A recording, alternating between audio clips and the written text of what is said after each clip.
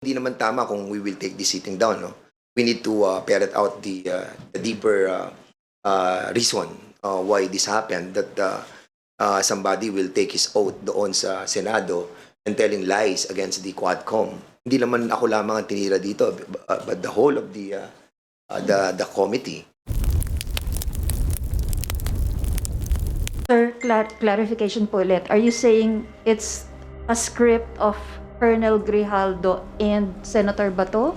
Yes, parang yun ang kanilang yun ang kanilang narration sa mga pangyayari dito. At dinala nila sa Senado si Grijaldo.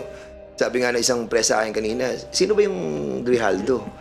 Sabi ko, yan yung kaibigan ni Garma na isinama niya dun sa meeting namin, na kung saan nabago na yung narration ni Colonel Garma nang dumating si Colonel Grijaldo. And that I think we have to investigate why si Colonel Grijaldo na dumating sa meeting namin with Chairman Ace Barbers, hindi na niya na-reveal yung katotohanan. And then yun na nga, doon na nag-boils down yun, imbinisigahan na namin si Chairman Garma, si GM Garma. Opo. Sir, sabi po ninyo, the Quadcom will not take this sitting down. May legal action po ba kayong binabalak? And kung meron po, sino po yung kakasuhan nyo and ano pong kaso? So we haven't talked about it yet, no? But ako, sa akin, kami ni actually ngayon lang kami nagkita ni Chairman Abante. But of course, parang hindi naman tama kung we will take this sitting down, no? We need to ferret out the deeper reason why this happened, that somebody will take his oath doon sa Senado and telling lies against the Quadcom.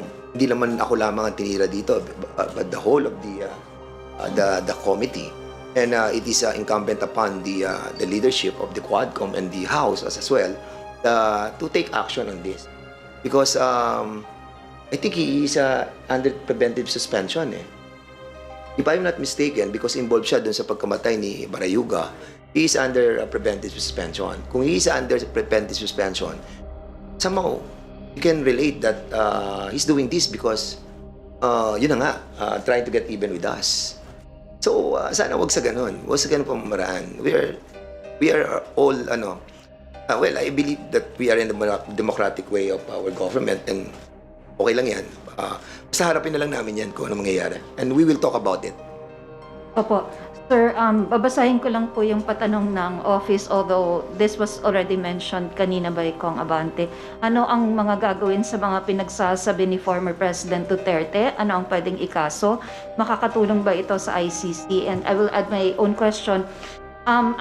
Kasi, di ba, dati nag-turn over kayo sa OSG ng documents for civil proceedings. May gagawin din po ba kayong ganong action in relation naman po sa criminal cases na connected po doon sa testimony ni President Duterte sa Senate? Well, nabanggit ko na, binanggit ko yung Republic Act number 9551, no? Na entitled noon, the Philippine Act on Crimes Against International Humanitarian Law, Genocide, and other crimes against humanity. Hindi kami magdidemanda I mean, sa amin po, sa Quadcom, sinabi namin po ulit-ulit we just want justice to be done. Bilang chairman ng Committee on Human Rights, we just want justice to be done. Now, naniniwala naman kami sa war on drugs Pinapaniwalaan namin yan Ayaw namin ng drugs sa Pilipinas Ayaw natin manatili ang mga drug laws sa Pilipinas. Pero, was it necessary to kill more than 20,000 people para lang ma-stop yung drugs sa ating bansa? No. Meron sa tinabi na collateral damage. Collateral damage ba yung napatay na 3-year-old? Napatay na 9-year-old? Collateral damage ba si Kian Alejandro? O sinasabi nila, ilan ba ang napatay ng mga drug lords? Ilan ba?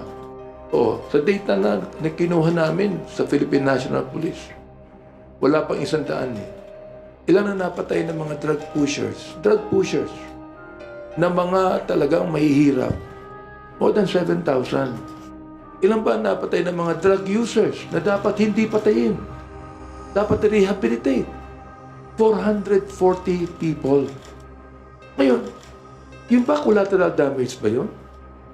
Yung ba yung sinasabi ni Senator Bato na shit happens? Yung ba shit happens lang ba yun? May pambihira naman buhay ito. Ano ba ibig sabihin ng shit? Baka hindi niya alam ibig sabihin ng shit sa American expression. Mura yun eh. Di ba? Shit happens? Ganun lang ba yun? Di that? So, ibig sabihin, kung walang accountable dito, ano mangyayari? Di ba? Nais lang namin ang katotohanan mailabas dito. Oo, para makapagpagawa kami ng mga batas na hindi na maaari mangyari pa ang extrajudicial killings. Nag-file na nga kami ng unang-unang bill tungkol dyan na making extrajudicial killings a heinous crime. Yun na yung aming pinail eh. Oo. Kaya bahala na po yung mga agencies po natin na mag-imbestiga. Dahil kami po, in aid of legislation yan. Sinabi ko na rin po, in aid of prosecution. Bakit po? We're not the one prosecuting. But we are telling the prosecutors, we are telling DOJ, yan na. Naimbestiga na kami. Alam nyo na kung sino may kasalanan. Kayo na ang bahala mag-prosecute. Sapagkat kami, ito lang ang maaari namin gawin. Ang maganda din doon sa briefly lang ang maganda sa nagiging investigation natin, na-expedite po natin yung pagpapile ng mga cases ng ating pong executive department. Like for example, tong sa preservation assets na we recommended na ma-preserve yung mga corporations like yung Empire 999, yung mga ganon, siyam yan. Na ngayon po, nag-issue na si Secretary Lucas Bersamin. And we are so happy that all the evidences that we have gathered have been submitted to them for their perusal. At nagkaroon po tayo ng positive reaction. Maraming salamat po. Sir, dun sa issue ng criminal cases, gagawin niyo rin yun? Magta-turn over din kayo ng documents?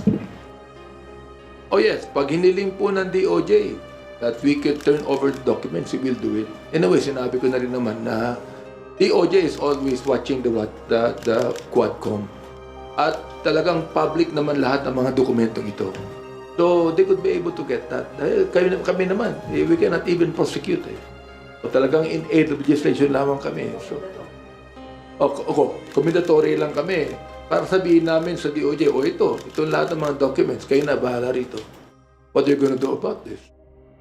Ay sa maganda nangyari doon, nagkaroon na para sa liaison officer dito.